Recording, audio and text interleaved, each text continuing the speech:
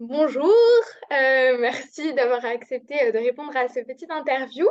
Est-ce que tu pourrais dans un premier temps te présenter, donc ton nom, la faculté où tu as étudié, où est-ce que tu en es aujourd'hui, ton parcours professionnel? Ouais, bah, alors moi je suis Thomas Montassier, je suis interne en gynéco-obstétrique en DES à Paris. Je suis actuel, bah, je commence mon cinquième semestre, ça y est, mon troisième semestre demain. J'ai fait comme premier stage un stage à Bondy en premier semestre et en deuxième semestre un stage à Pontoise. Alors, les deux en gynéco-obstétrique. D'accord, ça marche. Est-ce que tu pourrais nous décrire ce qu'est la gynécologie rapidement?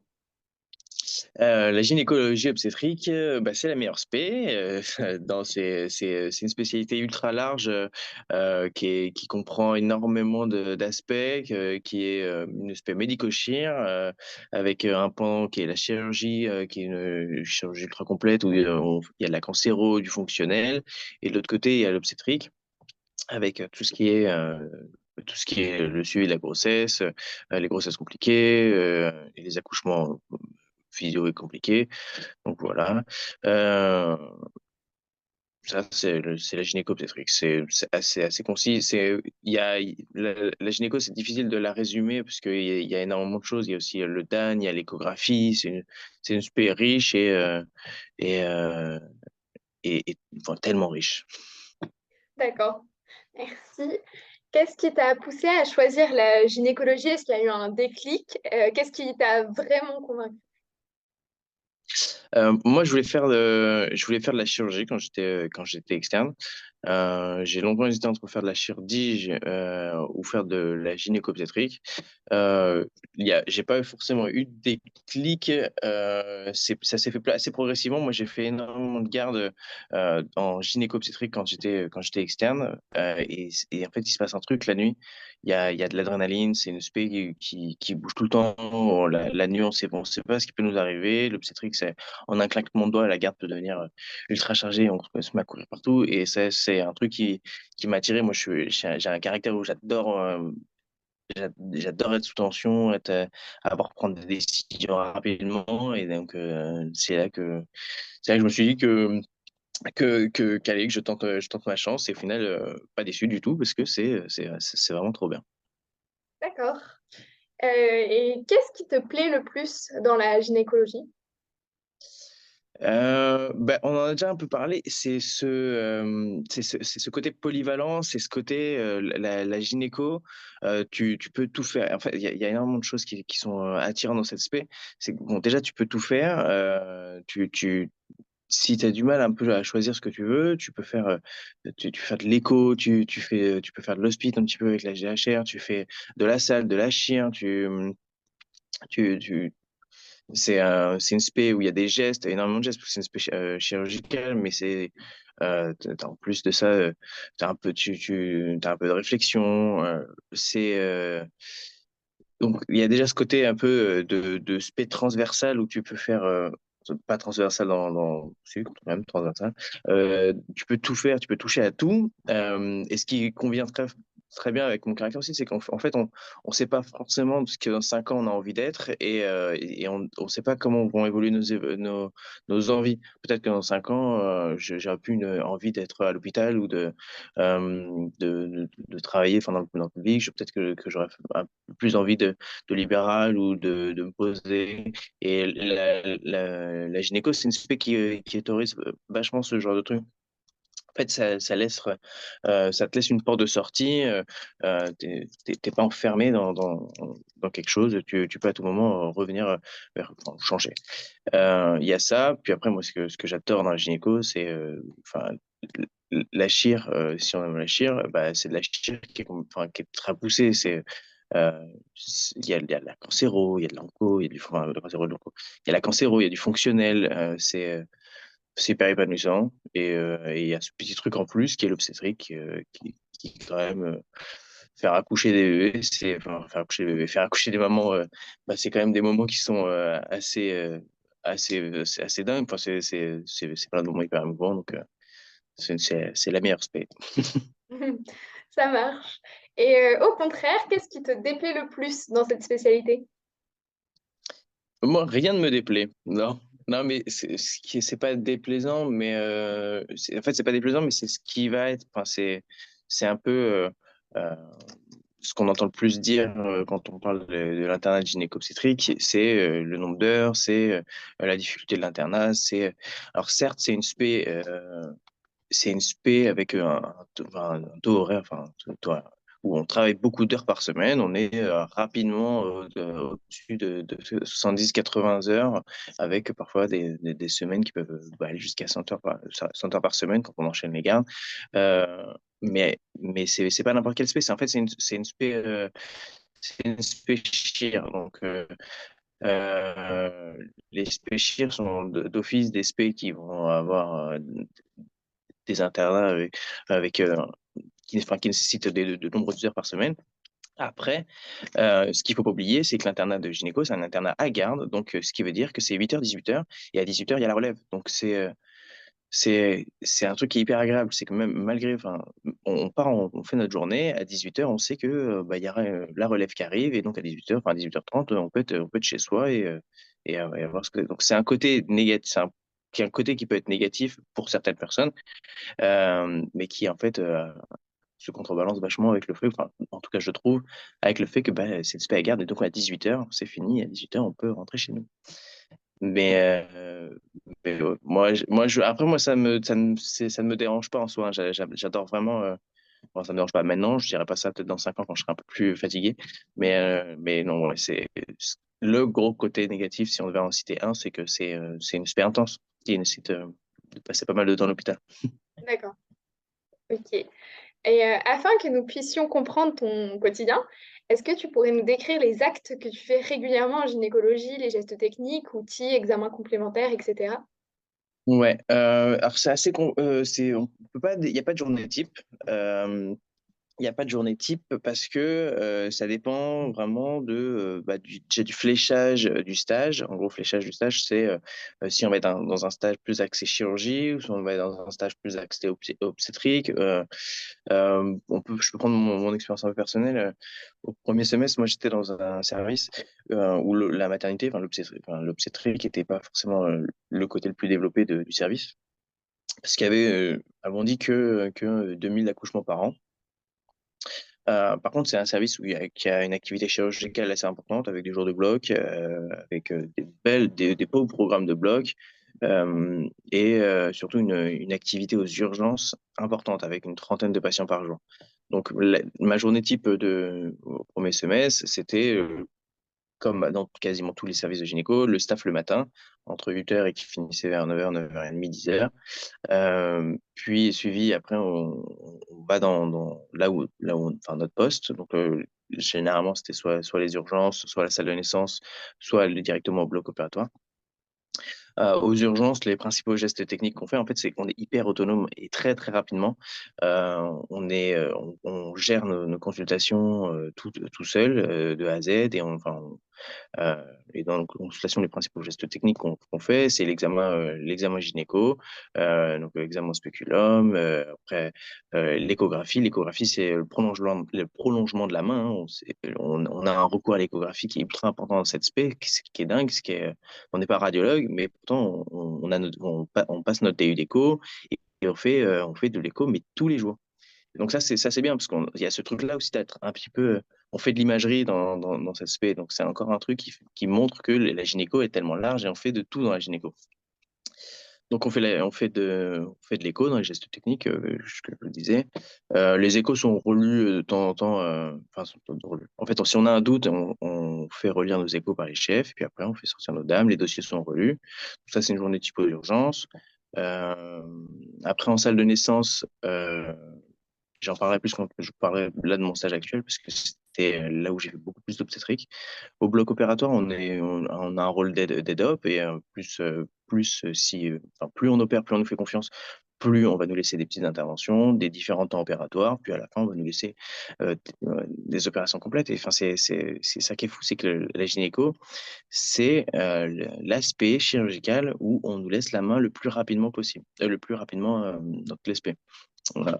Quand on compare rapidement avec nos collègues chirurgiens, après je suis très mal placé pour en parler parce que je ne suis pas chirurgien, Mais je vois que quand j'en parle avec mes potes internes, euh, on a fait plus d'interventions, nous, là, en l'interne des gynécos, que eux à un instant T. Après, plus tard, ça s'équilibre, mais au tout début, on opère énormément.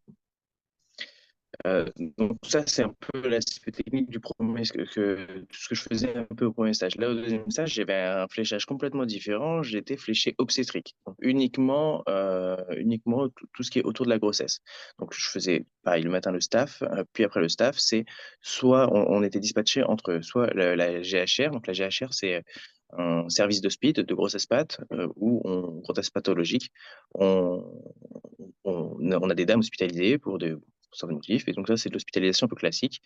Euh, Après, on avait les césars programmés. Donc là, c'est les césariennes où on a 2 à 3 césariennes par jour. Il faut savoir qu'en gynéco-obstétrique, à partir du troisième mois, euh, on est autonome sur la césarienne et on est premier opérateur de A à Z. Et puis, le chef est avec nous et s'il intervient, s'il y a des complications, pour nous prendre enfin, mais ce qui est dingue, c'est que, oui, enfin, et c'est là que la gynéco est fou, c'est que au bout de 3 mois, 3, 4 mois, on sait faire une césarienne de A à Z. Euh, donc ça c'est dingue. Puis, enfin, moi, je trouve ça dingue quand même.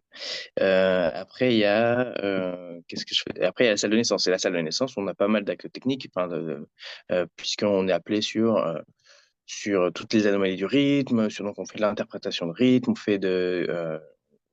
peut être amené à faire plus ou moins des extractions instrumentales, enfin, s'il y en a besoin. On fait tout le suivi de l'accouchement compliqué, plus ou moins compliqué, pardon. Et pareil, des césariennes, tout ça. Donc voilà, là, il y a énormément de gestes, il y a énormément de choses à faire en gynéco et il n'y a vraiment pas de journée type. Il y a deux journées se ressemblent pas du tout. Donc c'est ça qui est fou et qui est trop bien. D'accord, ça marche. Et dans la globalité, qu'as-tu pensé pour le moment, de l'internat de gynécologie? Trop, trop bien. Non, trop, trop bien. Très bien organisé. En tout cas, moi, je parle pour le DES de Paris, parce que je sais pas pour les autres villes. Mais le DES de Paris est très bien organisé. On a un coordinateur qui est très investi. On a des cours assez régulièrement, même si bon, enfin, ils sont en visio, mais là, le fonctionnement vient de changer avec un fonctionnement par séminaire où ce sera sur des journées, enfin, ce sera regroupé sur une journée. Euh, on n'est pas lâché, donc je trouve que l'organisation de l'internat est vraiment bien. Non, franchement, le DS de gynéco, à Paris en tout cas, il est vraiment bien. D'accord. Et est-ce que, enfin, pour toi, personnellement, comment est-ce que tu le vis? Est-ce que c'est dur, stressant, passionnant, angoissant, un peu de tout? C'est exactement, tu vas te dire tous les mots qui représentent la gynéco. En fait, tu passes par un panel d'émotions qui est dingue. C'est de la joie avec toutes les naissances. C'est du stress en salle de naissance quand on te demande d'interpréter un rythme et de prendre une décision. Il faut savoir que bah, il y a toujours le chef, le chef qui est pas loin, mais euh, c'est du stress aussi dans les complications parce que c'est des moments où il faut agir vite, réfléchir vite. C'est un peu moi, j'ai jamais été angoissé. Enfin, je considère que j'ai jamais été angoissé. J'ai jamais eu la boule au ventre d'aller au stage. Au contraire, j'avais hâte d'y aller parce que tu vis tellement de choses là-bas. Donc, l'angoisse, pas sûr. Après, c'est sûr que voilà, c'est stressant. Euh, mais c'est des émotions c'est des émotions décuplées fois 1000. C'est de l'adrénaline quand tu dois sonner un code rouge et que tu te mets tout le monde à courir et que en fait tu vois que tout le service se transforme en une fourmilière mais ultra bien agencée où tout le monde sait quel est son rôle, quelle est sa place, où on guide la dame vers le bloc de César ou tout, voilà, que l'équipe d'Annès est de son côté, que les pédiatres sont arrivés. Enfin, c'est dingue. Franchement, il faut le voir pour le croire. Non, il faut le vivre pour le croire. C'est vraiment trop bien. Trop D'accord. d'émotions et trop de bonnes émotions. Et après, il y a des moments un peu compliqués où, bah, évidemment, il y a la tristesse de parce que malheureusement, ça arrive, l'obstétrique, c'est compliqué. Euh, quand il y a des pertes, quand on perd des bébés ou quand tout ça, c'est des moments qui sont vraiment très compliqués. Mais, euh, mais on est soutenu et on n'est jamais tout seul. Il y a les chefs qui sont toujours là pour vérifier le bien-être mental enfin, je l'espère que c'est comme ça dans tous les services, mais en tout cas, ça a été comme ça avec moi. Donc, on est bien entouré. D'accord, ça marche. Et selon toi, la réputation de l'internat de gynécologie comme étant un des plus difficiles est-elle légitime? Bon, j'ai commencé un petit peu à répondre à cette question. Moi, je trouve pas que c'est légitime. Je trouve pas ça légitime parce que je pense que tous les internats sont compliqués. Il faut juste trouver celui qui nous correspond. C'est une phrase ultra bateau, on est d'accord. Mais la gynéco, c'est un internat qui peut enfin, qui peut faire peur parce qu'il y a vraiment cette charge de travail, cette charge horaire où on travaille énormément, on est souvent à l'hôpital. Mais comme je l'ai dit, il y a ce truc-là finir à 18h, c'est pas anodin. C'est pas comme en médecine interne où je crache pas sur dans la médecine interne, c'est pas comme en médecine interne où on peut se retrouver à sortir à 20h, 21h pour finir des CRH, tout ça. Là, à 18h, peu importe, c'est fini. Il y a quelqu'un qui prend la garde et on est relevé. Donc, à 18h30, on peut être chez soi pour notre vie personnelle. Après, c'est sûr, euh, c'est euh, c'est beaucoup d'heures, c'est beaucoup de travail, mais moi je trouve que c'est pas plus difficile qu'une autre spé. Je pense que tous les internats de chair sont déjà compliqués parce que c'est les internats où tu dois apprendre des techniques, tu dois beaucoup opérer, donc tu dois passer énormément de temps dans le bloc. Et en plus de ça, tu dois gérer le service, tout ça. Ce qui fait que toutes les faits chirurgicales ont une charge de travail horaire, en tout cas par semaine, qui est importante. Euh, mais c'est un terrain qui vaut tellement le coup, en fait. C'est comme pour toutes les raisons que j'ai dit avant. En fait, on y va, mais moi j'y vais de cœur joie. Je suis hyper content de partir le matin en stage. Il n'y a jamais aucun moment où je me dis, oh putain, ce matin j'ai la flemme.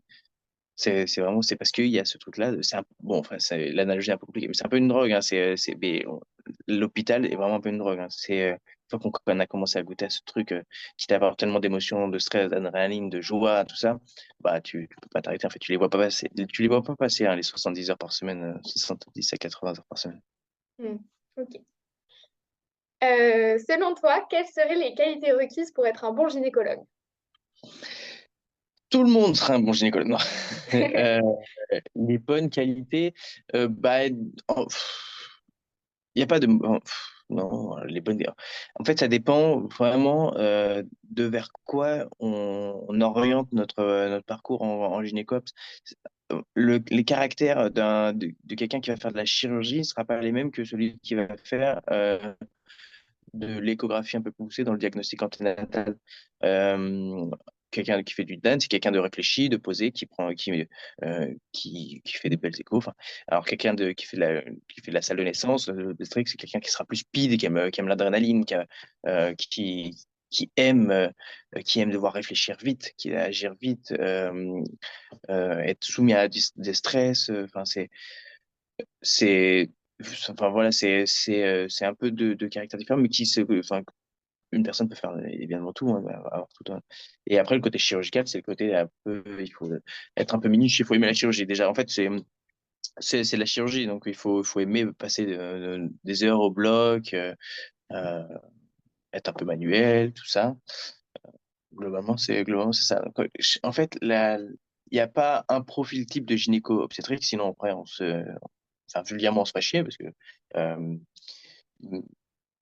tout le monde pourrait trouver quelque chose qui lui plaît dans la gynéco. D'accord, ça marche. Venez, venez tous. Non, Quels sont les débouchés possibles à la fin de l'internat? C'est-à-dire, est-ce qu'on peut travailler dans l'hôpital public, dans le privé, à l'étranger et dans différents services? on peut tout faire. C'est ça qui est fou. La gynécopsétrique, c'est la porte d'entrée pour tout. Le libéral, on peut faire de la consultation de ville, on peut faire du suivi obstétrical en ville, enfin du suivi de grossesse en ville. On peut bosser à l'hôpital toute sa vie. On peut faire du bloc en, en libéral, en clinique. On peut faire de l'écho, des consultes d'écho en ville. On peut aller bosser à l'étranger parce qu'il y a énormément de choses à faire à l'étranger, notamment au Canada. On peut On peut bosser dans d'autres services, ouais, être en partenaire, enfin, faire des partenariats, bosser dans des trucs d'infectio. Je sais qu'il y a l'infectio rattaché à la grossesse. Enfin, c'est pour ça que la gynéco, en fait, c'est le choix du non-choix parce qu'en fait, non, je sais même pas, c'est pas une jolie phrase ça, mais bon, en fait, on y va, mais on fait encore un peu de tout. Donc, c'est ça qui est dingue. C'est qu'on peut surtout tout faire. Et ça convient aussi à des personnalités qui, bah, un peu comme moi, je sais pas si dans 10 ans, j'aurais pas envie d'être un peu plus posé, d'avoir ma famille, tout ça. Bah, je sais que la gynéco-obstétrique aussi, c'est un truc qui m'offre cette porte de sortie. Me dire, bon, bah, j'ai donné à l'hôpital tout ce que je voulais faire à l'hôpital, maintenant, pourquoi pas. Après, pour l'instant, je suis très convaincu que l'hôpital reste le meilleur endroit. Non, D'accord, ça marche. Quelles sont les différences majeures entre la spécialité de gynéco-obstétrique et celle de gynécologie médicale et pourquoi est-ce que tu as choisi la tienne?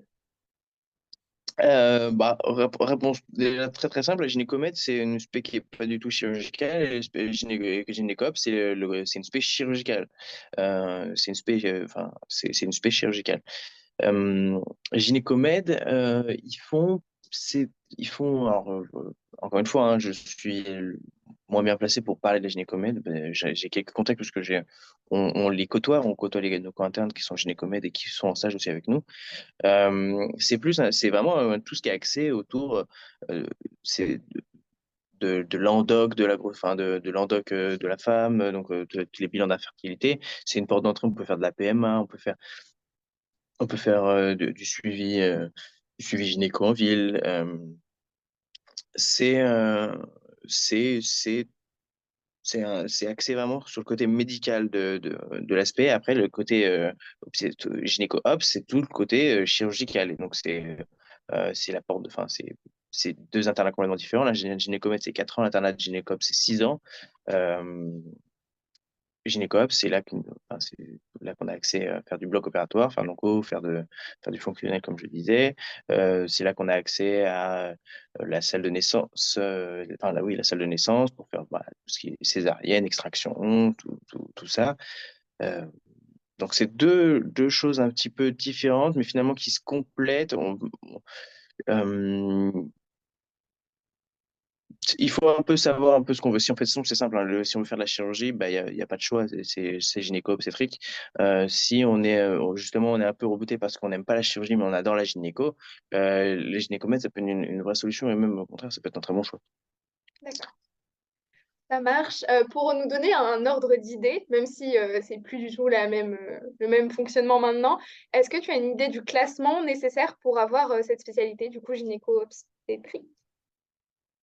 Alors ouais, moi, mon année, c'est parti à 3168. 3000, il faut faire au-dessus de 3200. Là, cette année, j'ai pas regardé, mais je crois que c'était quasiment dans les mêmes eaux. Donc en tout cas à Paris, hein. Après, pour faire de la gynéco-obstétrique en France, je sais que je crois que c'est possible jusqu'à 4500. En tout cas, quand c'était les concours sur 9000, c'était possible jusqu'à 4500.